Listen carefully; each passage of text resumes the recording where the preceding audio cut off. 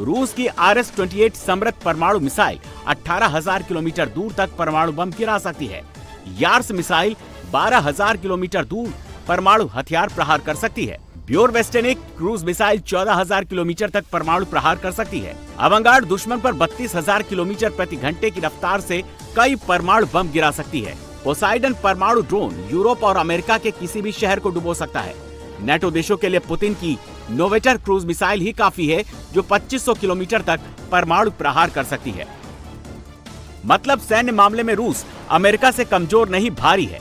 तभी तो अमेरिका के रक्षा मंत्री 1981 का जिक्र कर रहे हैं। यानी पुतिन ने रूस को वैसा ताकतवर बना दिया जैसा सोवियत यूनियन के जमाने में था। तभी तो 1981 में रोनाल्ड रीगन ये कहकर सत्ता में आए थे कि वो सोवियत यूनियन को तबाह कर देंगे, और फिर 1991 में सोवियत यूनियन का विघटन हो गया। इसीलिए अब अमेरिका एक बार फिर अपने सैनिकों में जोश भर रहा है।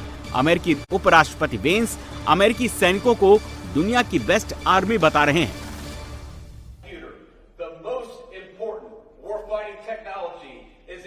Trained and well-armed United States Marine, and we won't forget it. I, as your Vice President, am proud of you, and we're going to keep on winning America's wars for the next 250 years after this. सवाल यह है कि अगर परमाणु युद्ध की नौबत आई तो क्या होगा? इसके लिए पुतिन 35 साल बाद असली परमाणु टेस्ट करने जा रहे हैं। बिना परमाणु वॉरहेड के 3 टेस्टिंग हाल ही में कर चुके हैं। पुतिन ने जब से परमाणु टेस्टिंग वाली फाइल में साइन किए हैं, नेटो और अमेरिका की सीक्रेट एजेंसियों के दिमाग में एक ही नाम घूम रहा है।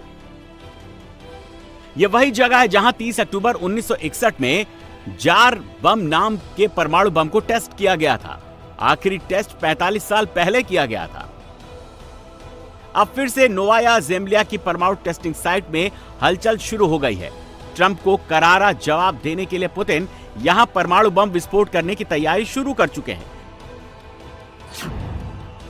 नोवाया ज़ेम्लिया आर्कटिक महासागर में एक द्वीप समूह है, जिसमें 2 द्वीप सेवर्नी और यूजनी है। ये बेरेंट सागर को काला सागर से अलग करता है। सोवियत संघ ने इसे 1954 में परमाणु परीक्षण स्थल घोषित किया था। अब तक दुनिया में जितने परमाणु परीक्षण हुए हैं, उनमें सबसे शक्तिशाली परमाणु बम का टेस्ट इसी नोवाया ज़ेम्लिया द्वीप पर किया गया। पुतिन ने फिर से इसी जगह को परमाणु टेस्टिंग के लिए चुना है। पुतिन यहां जो धमाका करेंगे, उसकी तरंगे अमेरिका और नाटो देशों तक महसूस होगी।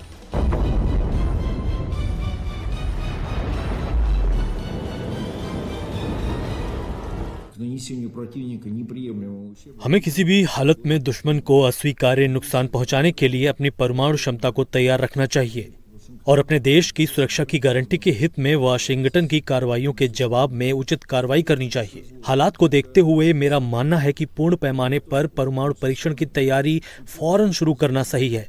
नोवाया ज़ेम्लिया आइलैंड की सेंट्रल टेस्ट साइट पर फोर्स और संसाधनों की तैयारी इस काम को कम समय में पूरा करने की इजाजत देती है।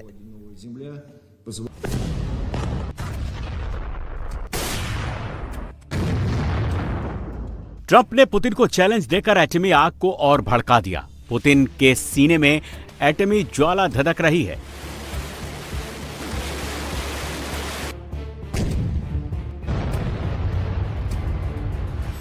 तो वहीं दूसरी ओर यूक्रेन में पुतिन की आर्मी ज़ेलेंस्की की सेना पर भारी पड़ती जा रही है।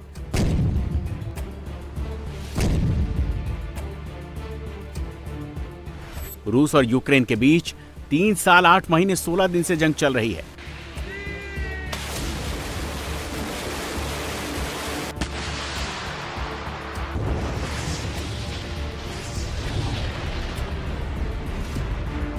पुतिन की आर्मी यूक्रेन की नई बस्तियों पर कब्जा कर रही है। नाटो और यूक्रेन के ड्रोन को तबाह कर रही है। क्रास्नोयार की ओर जाने वाली हर ड्रोन को पुतिन की सेना अत्याधुनिक हथियारों से आसमान में ही बर्बाद कर रही है।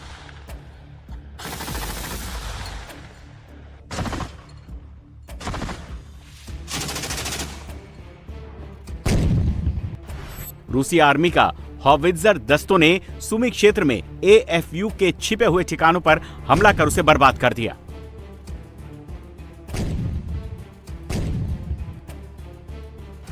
पुतिन की आर्मी के वोस्तोक ग्रुप के तोपखाने ने ज़ेपोरिज़िया में यूक्रेनी सेना के AFU के ठिकानों को तबाह कर दिया।